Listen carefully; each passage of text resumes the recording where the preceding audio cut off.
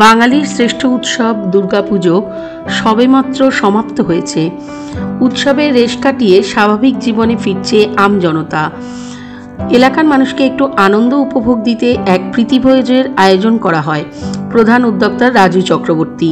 ৬২তম শ্যামাপুজো উপলক্ষে বিআরএ আবাসনে এই প্রীতিভোজের আয়োজন। রাজু চক্রবর্তী জানান, বিগত ৬ বছর ধরে চলে আসছে এই প্রীতিভোজ।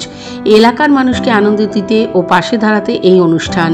এদিন উপস্থিত ছিলেন মানিকতলা বিধানসভার নবনির্বাচিত বিধায়ক সুপ্তি পাণ্ডে, ছিলেন ৩২ নম্বর ওয়ার্ডের পৌরপিতা শান্তিরঞ্জন কুণ্ডু, মানিকতলার কনভেনার শ্রেয়া পাণ্ডে। এদিন প্রীতিভোজে ছিল এলাহি আহারের আয়োজন। বাগমারী প্রগতি সংঘের পরিচালনায় প্রীতিভোজে বহু সাধারণ মানুষ অংশগ্রহণ করে। কথা আমি বলতে পারবো না প্রথম, কারণ আমার অঞ্চলের মানুষ, ব্যবসায়ীগণ যারা আছে তারা, এবং আমার পার্টির সহকর্মী, আমরা তৃণমূল কংগ্রেসের কর্মী, আমাদের সহকর্মী, আমাদের ৩২ নম্বর ওয়ার্ড, ১৪ নম্বর ওয়ার্ড, ১৩ নম্বর ওয়ার্ড, সব ওয়ার্ডের আমাদের ছেলেরা মেয়েরা রয়েছে। বিশেষ করে আমার অঞ্চলের মানুষরা রয়েছে। আর প্রতি বছরের নেই এবছরও আমরা ৬২তম বর্ষে পদার্পণ করলাম শ্রী শ্রী শ্যামা পুজো। আর প্রীতিভোজটা আমাদের প্রায় ৬-৭ বছর হয়ে গেল এটা হচ্ছে।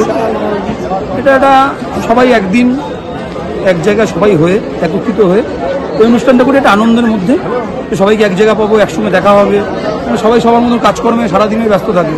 এই বছরে একটা দিন, এই দিনটা সবাই উপলব্ধি করে যে এই দিন একটা অনুষ্ঠান হবে, বাগমারী প্রগতির সঙ্গে করবে, সেই অনুষ্ঠানে সবাই সামিল হবে, সবার সঙ্গে সবার দেখা হবে।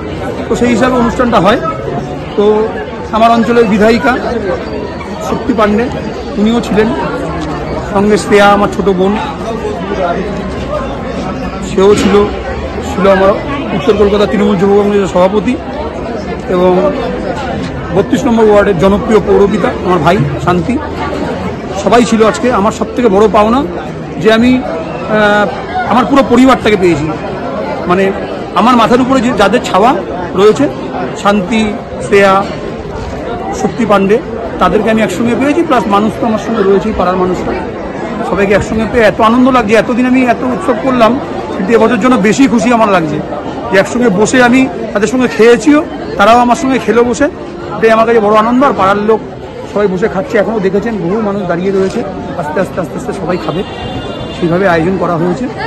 আর অঞ্চলের মানুষ যদি থাকে আর ঈশ্বর যদি থাকে, যাকে সামনে রেখে অনুষ্ঠান, মা কালীকে, সে যদি থাকে আর মানুষ যদি থাকে, আগামী দিন চেষ্টা করবো আরও বড় করার, আরও ভালো করার। বলে অনুষ্ঠান নিজেরাই ডেট ঠিক করি কবে হবে, আমরা আমাদের সহমতে সব খাওয়া দাওয়া হয়। লাস্ট উইকে চলতেই থাকছে। ২-২৫০০ তো এরকম ভাবে খোলা, কোনো টিকিট নেই, কিছু নেই, কোনো চাঁদা নেই, ওপেন টু খাওয়া দাওয়া। এটা কি পুরো ছেলেরা করে, আমরা থাকি সবটাই ওরা, সেটুকু ক্ষমতা ওদের আছে। আমরা